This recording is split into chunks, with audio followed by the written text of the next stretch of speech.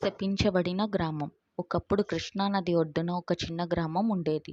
పేరు చింతలపల్లి. ఆ గ్రామం చాలా సుందరంగా పచ్చని పొలాలతో, పటిష్టమైన వృక్షాలతో నిండిపోయి ఉండేది.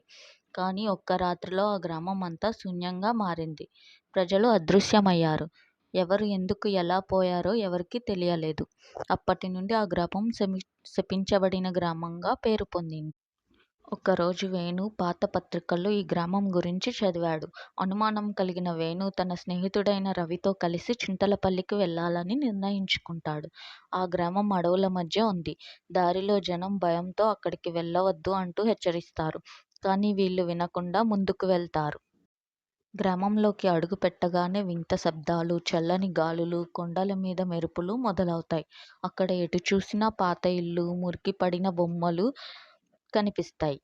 ఒక పాత ఆలయంలోకి వెళ్ళిన వేణు అక్కడ ఒక శిలాలిపి కనిపిస్తుంది.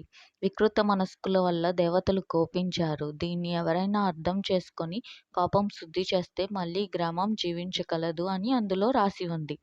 ఇదే సందర్భంలో బాబాయ్ అనే ఒక వృద్ధుడు అతనికి కనిపిస్తాడు. అతను చెప్పిన నిజం, గ్రామం ప్రజలు ఒక అద్భుత మంత్రాల పుస్తకాన్ని దొంగిలించారని, దానిని తప్పుడు విధంగా ఉపయోగించడంతో గ్రామం శాపగ్రస్తమైందని అతడు చెప్తాడు. వేణు ఆ పుస్తకాన్ని మళ్ళీ ఆలయంలో ఉంచి గ్రామానికి క్షమాపణలు చెప్పే పూజలు నిర్వహిస్తాడు.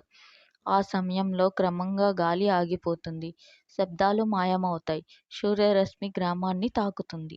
ఒకప్పుడు శాపగ్రస్తంగా ఉన్న గ్రామం మళ్ళీ ప్రకాశవంతంగా మారుతుంది. కానీ ప్రజలు మాత్రం తిరిగి రారు. గ్రామం మాత్రం జీవించింది. ఆ రోజు నుండి ఆ గ్రామం పేరు శపించబడిన గ్రామం కాదు, విముక్త గ్రామంగా పేరొందింది. నీతి: మన స్వార్థం కోసం ప్రకృతిని, మతపరమైన శక్తులను కించపరచకూడదు. Thanks for watching. Please subscribe.